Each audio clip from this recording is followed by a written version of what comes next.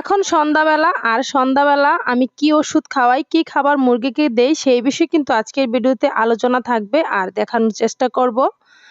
প্রিয় দর্শক, আসসালামু আলাইকুম। আশা করি সবাই ভালো আছেন। আমিও আল্লাহর রহমতে আপনাদের দোয়ায় অনেক অনেক ভালো আছি। আজকে আবারও চলে আসলাম আরও একটি ভিডিও নিয়ে। আজকের ভিডিওতে আলোচনা থাকবে মুরগিকে আমি সন্ধ্যাবেলা এবং বিকেলবেলা কি ওষুধ খেতে দিই আর কি খাবার দেই।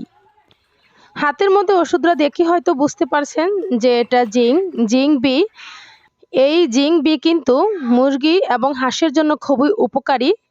আমি কিন্তু সপ্তাহের মধ্যে 2 থেকে 3 বার জিঙ্ক খাওয়াই হাঁস এবং মুরগিকে। এতে করে কিন্তু মুরগির পালকগুলো সুন্দর থাকে, হাঁসের পালকগুলো সুন্দর থাকে। আর মুরগির রোগ প্রতিরোধ ক্ষমতা ভালো থাকে, ওদের লুচি ভালো থাকে। তার জন্য আমি সপ্তাহে 2 থেকে 3 দিন এই জিঙ্ক খাবারের সাথে মিক্স করে খাওয়াই, অথবা পানির সাথে খাওয়ানো যায়। যেভাবে মন চায় সেভাবে খাওয়াতে পারবেন। আমি কিন্তু সবসময় এই জিঙ্ক বি খাওয়াই। আপনারা কিন্তু চাইলে অন্যান্য জিঙ্কও খাওয়াতে পারবেন। তবে আমার কাছে মনে হয় যে এই জিঙ্ক বি ফাইলটাই সবচেয়ে বেশি উপকারী আমার কাছে মনে হয় আর কি। আপনাদের কাছে যেটা ভালো লাগে সেটাই খাওয়াতে পারবেন। তবে যদি 20টা মুরগি হয়, 1 মক্কা ওষুধ খাবারের সাথে দিয়ে দিবেন অথবা পানির সাথে দিয়ে দিবেন।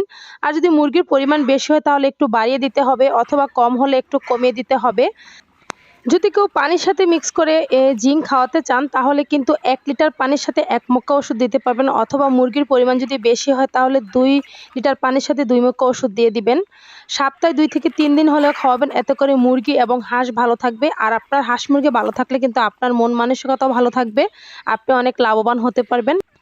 আর হাঁস মুরগি যদি সুস্থ থাকে তাহলে কিন্তু যে হাঁস মুরগিগুলো লালন পালন করে তার মন মানসিকতাও ভালো থাকে।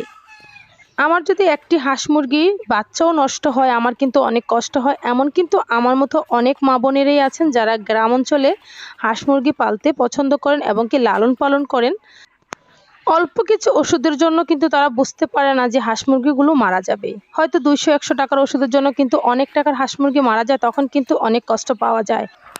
এই ভুলটা কখনো করবেন না। হাঁস মুরগি ভালো থাকতে এবং সুস্থ থাকতে কিন্তু হাঁস মুরগিগুলোর যত্ন করতে হবে। আর যত্ন করলে কিন্তু হাঁস মুরগি রোগে আক্রান্ত হবে না। শীত আসার আগে যদি মুরগিগুলোকে একটু ভালোভাবে যত্ন নেন এবং কি মুরগিগুলোকে ভালো মানের খাবার দেন, ওষুধ খাওয়ান, তাহলে কিন্তু মুরগিগুলো শীতের মধ্যে কোনোভাবেই আক্রান্ত হবে না। কারণ আপনি মুরগিগুলোর যত্ন নিয়েছেন, মুরগিগুলো আক্রান্ত কেন হবে? আল্লাহই ভালো রাখবে।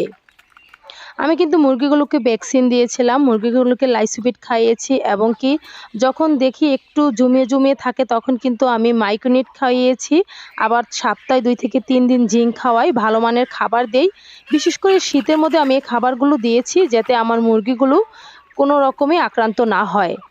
এই ওষুধগুলো খাওয়ানোর কারণে কিন্তু আল্লাহ আমার মুরগিগুলোকে অনেক ভালো রেখেছে। আর গরমের সিজনে কিন্তু তেমন একটা ওষুধ খাওয়াতে হয় না, শীতের সিজনে একটু খেয়াল বেশি করে রাখতে হয়। যেহেতু ঠান্ডায় কিন্তু মুরগি অনেকেরই মারা যায়। বিশেষ করে আলহামদুলিল্লাহ আমার কোনো মুরগি মারা যায়নি। আমি আল্লাহর কাছে অনেক শুকরিয়া। আপনারাও দোয়া করবেন আমার জন্য যাতে আমি এবং আমার মুরগিগুলো অনেক ভালো থাকি। আর এখন কিন্তু সকালবেলা, এখন আমি মুরগিগুলো ছেড়ে দিয়েছি। আর মুরগিগুলোকে এখন কি খাবার দিয়েছি, মুরগিগুলো এখন কি খাচ্ছে, আমি এখানে দিয়েছি ভালো মানের ফিড অথবা পুষ্টি, যে যেভাবে চিনেন। আর এর সাথে দিয়ে দিয়েছি আমি মাইক্রোনিট।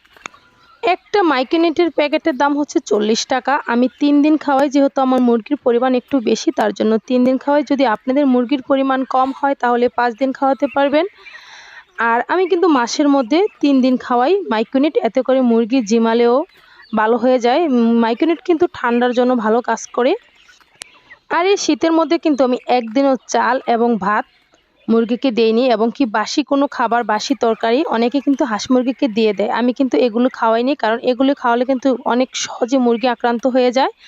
এখন গরমের সিজন, এখন কিন্তু আপনি মোটামুটি সব খাবারই খাওয়াতে পারবেন। আমি কিন্তু শীতের মধ্যে ভালো মানের খাবারটাই দিয়েছি যাতে মুরগিগুলো অসুস্থ না হয়। আজ এ পর্যন্তই, আবার দেখা হবে নতুন ভিডিওতে। আল্লাহ হাফেজ।